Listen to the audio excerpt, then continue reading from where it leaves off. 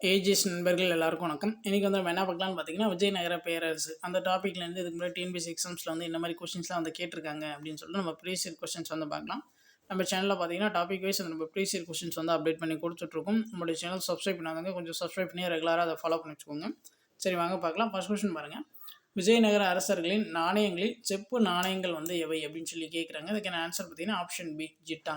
சரிங்களா, அடுத்த கொஸ்டின் பாருங்கள். கால வரிசைப்படி விஜயநகர பேரரசை ஆண்ட பின்வரும் வம்சங்களை வரிசைப்படுத்துக. இதில் ஃபர்ஸ்ட் வந்து எது வரும்னு பார்த்தீங்கன்னா சங்கம வம்சம் வரும். அதுக்கப்புறம் வந்து சிலுவ வம்சம், அதுக்கப்புறம் பார்த்தீங்கன்னா துளுவ வம்சம், அதுக்கப்புறமா பார்த்தீங்கன்னா ஆரவிட வம்சம். சரிங்களா, அதுக்கான ஆன்சர் ஆப்ஷன் ஏ. அடுத்து பாருங்க. கண்டசாரா என்று அழைக்கப்படும் ஒழுங்கான இராணுவத்துறையினை கொண்டிருந்த அரசர்கள் வந்து யாருன்னு பார்த்தீங்கன்னா இதுக்கான ஆன்சர் ஆப்ஷன் ஏ விஜயநகர ஆட்சியாளர்கள். கண்டசாரா பார்த்தீங்கன்னா விஜயநகர ஆட்சியாளர்களுடைய இராணுவம். அடுத்து பாருங்க. முதலாம் ஹரிஹரர் தன் நாட்டை ஸ்தலங்களாகவும் நாடுகளாகவும் எந்த மாதிரியின் அடிப்படையில் ஒழுங்கமைத்தார்? இதுக்கு அந்த ஆன்சர் பார்த்தீங்கன்னா ஆப்ஷன் சி காகத்தியர். அடுத்து பாருங்க. பாமணி சாம்ராஜ்யமும் விஜயநகர பேரரசும் அடிக்கடி டேஷ் நிலப்பகுதிக்காக மோதிக்கொண்டனர். இதுக்கு ஆன்சர் ஆப்ஷன் டி ரச்சூர்டோஃப். அடுத்து பாருங்க. ராஜ கம்பீராஜ்யத்தின் தலைநகரம் வந்து எது அப்படின்னு சொல்லி கேட்குறாங்க. இதுக்கான ஆன்சர் ஆப்ஷன் ஏ விரிஞ்சிபுரம். அடுத்து பாருங்க. அமுக்க மல்யாத்தா என்ற நூலை எழுதியவர் வந்து ஆப்ஷன் ஏ கிருஷ்ண தேவராயர். அடுத்து பாருங்க. கீழ்கண்ட கூற்றுகளில் எது சரியானது அப்படின்னு சொல்லி கேட்குறாங்க. இது சரியாக இருக்குது பார்த்தீங்கன்னா 3வது ஸ்டேட்மெண்ட் மட்டும் சரியாக இருக்குது, மற்ற ஸ்டேட்மெண்ட்லாம் பார்த்தீங்கன்னா தப்பாக இருக்குது. சரிங்களா, அட்டோனியா கேப்ரல் அக்பரை சூரத்தில் சந்தித்தார். இது மட்டும் சரியாக இருக்குது, மற்ற ஸ்டேட்மெண்ட்லாம் வந்து தப்பாக இருக்குது. சரிங்களா, ஒன்ஸ் அப்படியே பாஸ் பண்ணி இதை ரைட் பண்ணிக்கோங்க. அடுத்து பாருங்கள். டேஷ் விஜயநகர மன்னர் ஆட்சியில் துங்கபத்ரா ஆற்றில் ஒரு பெரிய அணையை கட்டினார். இதுக்கு ஆன்சர் பார்த்தீங்கன்னா ஆப்ஷன் பி 2ஆம் புக்கர். சரிங்களா, 2ஆம் புக்கர் தான் பார்த்தீங்கன்னா துங்கபத்ரா நதிக்கரையில் வந்து ஒரு அணையை வந்து கட்டியிருப்பார். அடுத்து பாருங்கள். வர்தாம்பிகா பரிநாயம் என்ற நூலின் ஆசிரியர். இதுக்கான ஆன்சர் ஆப்ஷன் பி திருமலாம்பா தேவி. அடுத்து பாருங்க. கோவாவை கைப்பற்றிய விஜயநகர மன்னர் யாருன்னு பார்த்தீங்கன்னா 2ஆம் ஹரிஹரன். அவர் தான் வந்து கைப்பற்றியிருப்பார். அடுத்து பாருங்க. விஜயநகரத்து ரோஜா வியாபாரிகளை பற்றி குறிப்பிட்டவர் வந்து யார்? இதுக்கான ஆன்சர் ஆப்ஷன் பி அப்துல் ராசக். அடுத்து பாருங்க. விஜயநகரம் எந்த பெயரில் அழைக்கப்பட்டது? இது எல்லாமே வரும். சரிங்களா, விஜயநகரத்துக்கான மற்ற பெயர்களாம் பார்த்துக்கோங்க. விஜயநகரம், விருபாட்சாபுரம், ஓஷ்பட்டணம், வித்யாநகரம். சரிங்களா, அதுக்கான ஆன்சர் ஆப்ஷன் டி. அடுத்து பாருங்க. விஜயநகர மன்னர் கிருஷ்ணதேவராயர் வரி விதிப்பு முறையில் கீழ்கண்ட எந்த விதிமுறையை பின்பற்றினார்? நில வரியானது நிலத்தின் தன்மை அடிப்படையில் நிர்ணயிக்கப்பட்டது. இது வந்து சரி. தனியார் தொழில் நிறுவனங்களின் முதலாளிகள் தொழிற்சாலை வரியை செலுத்தினார். ரெண்டுமே வந்து சரி, ஆப்ஷன் சி. அடுத்து பாருங்க. டேஷ் என்ற நூலை கங்காதேவி எழுதினார். இதுக்கான ஆன்சர் ஆப்ஷன் டி மதுரா விஜயம். அடுத்து பாருங்க. விஜயநகர பேரரசு பற்றிய பின்வரும் கூற்றுகளில் சரியானது வந்து எது அப்படின்னு சொல்லி கேட்குறாங்க. இதெல்லாம் சரியாக இருக்குன்னு பார்த்தீங்கன்னா 2, 3 மட்டும்தான் வந்து சரியாக இருக்குது.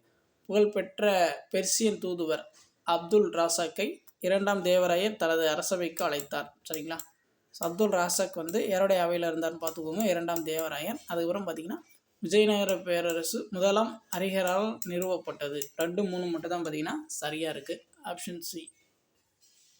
அடுத்து பாருங்கள். சரியான விடை வந்து எது அப்படின்னு சொல்லி அவங்க கேட்குறாங்க. பின்வரும் கூற்றுகளில் கிருஷ்ணதேவராயரை பற்றி சரியான தகவல் வந்து எதுன்னு கேட்குறாங்க. இதெல்லாம் சரியாக இருக்குன்னு பார்த்தீங்கன்னா 2, 3 மட்டும் தான் வந்து சரியாக இருக்குது. இவரை ஆந்திர பூஜி என்று அழைப்பார். சரிங்களா, ஆந்திர பூஜி அப்படின்னு சொல்லிட்டு கிருஷ்ணதேவராயரை வந்து சொல்லுவாங்க. ஸோ அதுக்கப்புறம் பார்த்தீங்கன்னா அமுக்க மல்யாத்தா என்ற நூலினை தெலுங்கு மொழியில் வந்து எழுதினார். இது ரெண்டுமே பார்த்தீங்கன்னா சரியாக இருக்குது. சரிங்களா, ஆப்ஷன் பி. அடுத்து பாருங்கள். சாம்பாவதி கல்யாணம் என்ற நூல் எந்த மொழியில் எழுதப்பட்டது? இதுக்கான ஆன்சர் ஆப்ஷன் டி சமஸ்கிருதம். சாம்பாவதி கல்யாணம் நூல் வந்து சமஸ்கிருதப்பட்டது. அடுத்து பாருங்கள். விஜயநகர பேரரசுக்கு மிகப்பெரிய தோல்வியை கொடுத்ததும் தலைநகர் விஜயநகரத்திலிருந்து ரேணுகுண்டாவிற்கு மாற்று வழிவகுத்ததுமான போர் எது அப்படின்னு சொல்லி கேட்குறாங்க. So answer option A Talikota போர். ஸோ இந்த போருக்கு அப்புறம் பார்த்தீங்கன்னா விஜயநகர பேரரசு வந்து வீழ்ச்சிக்கு வந்து போயிருப்பாங்க.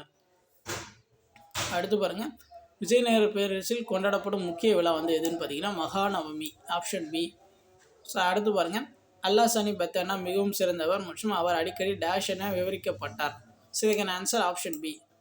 ஆந்திர கவிதை பிதாமகன் அப்படின்னு சொல்லிட்டு யாரை சொல்லுவாங்கன்னா அல்லாசானி பெத்தனா வந்து சொல்லுவாங்க. அடுத்து பாருங்கள், விஜயநகர மன்னர்களின் ஆட்சியில் இந்தோ சரசனை பள்ளிக்கலை எவ்வகையான சமய சார்பற்ற கட்டிடங்களில் காணப்பட்டது. ஸோ இதுக்கான ஆன்சர் வந்து ஆப்ஷன் ஏ, தாமரை மகால் மற்றும் யானையின் பீடம். அடுத்து பாருங்கள், கிருஷ்ணதேவராய விஜயநகர பேரரசின் டேஷ் ராஜவம்சத்தை சேர்ந்தவர். ஸோ இதுக்கான ஆன்சர் ஆப்ஷன் டி, துளு வம்சத்தை சேர்ந்தவர்.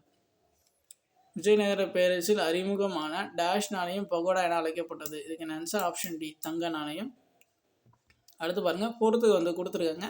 ஸோ அரசு தலைநகரம் கொடுத்துருக்காங்க, பொறுத்து சொல்லியிருக்காங்க. நிஜாம் சாஹிப் பார்த்தீங்கன்னா அகமது நகர், குதுப் சாஹிப் பார்த்தீங்கன்னா கோல்கொண்டா, இமாம் சாஹிப் பார்த்தீங்கன்னா பிரார், அடில் சாஹிப் பார்த்தீங்கன்னா விஜய்பூர். ஸோ இதுக்கான ஆன்சர் ஆப்ஷன் ஏ.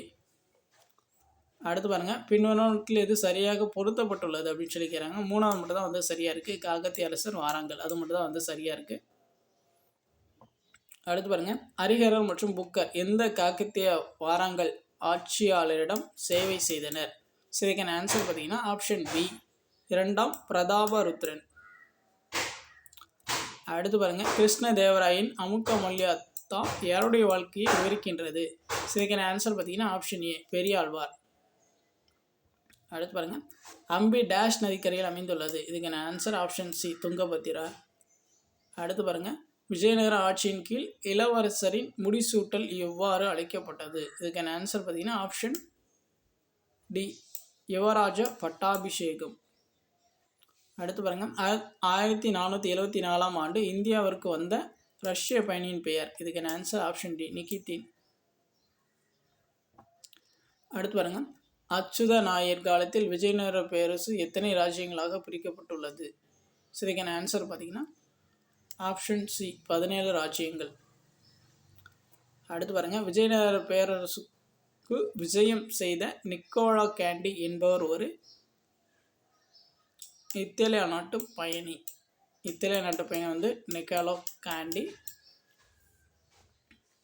அடுத்து பாருங்கள், கோவாவை போர்ச்சுகீசியர்கள் கைப்பற்றிய போது விஜயநகர அரசராக இருந்தவர் வந்து யார் அப்படின்னு சொல்லி கேட்குறாங்க. அதுக்கான answer option C, Krishnadevarayar.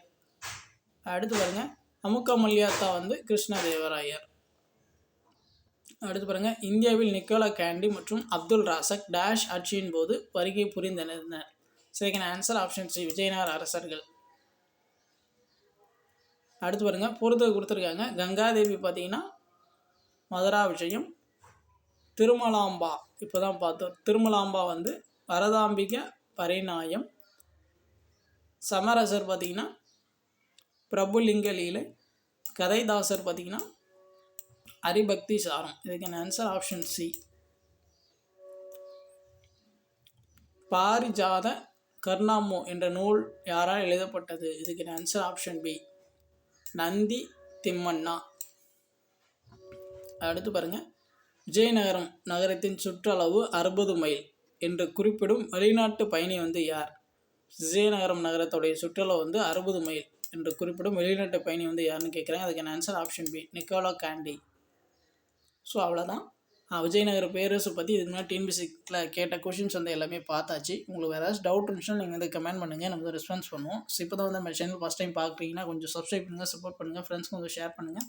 Thank you.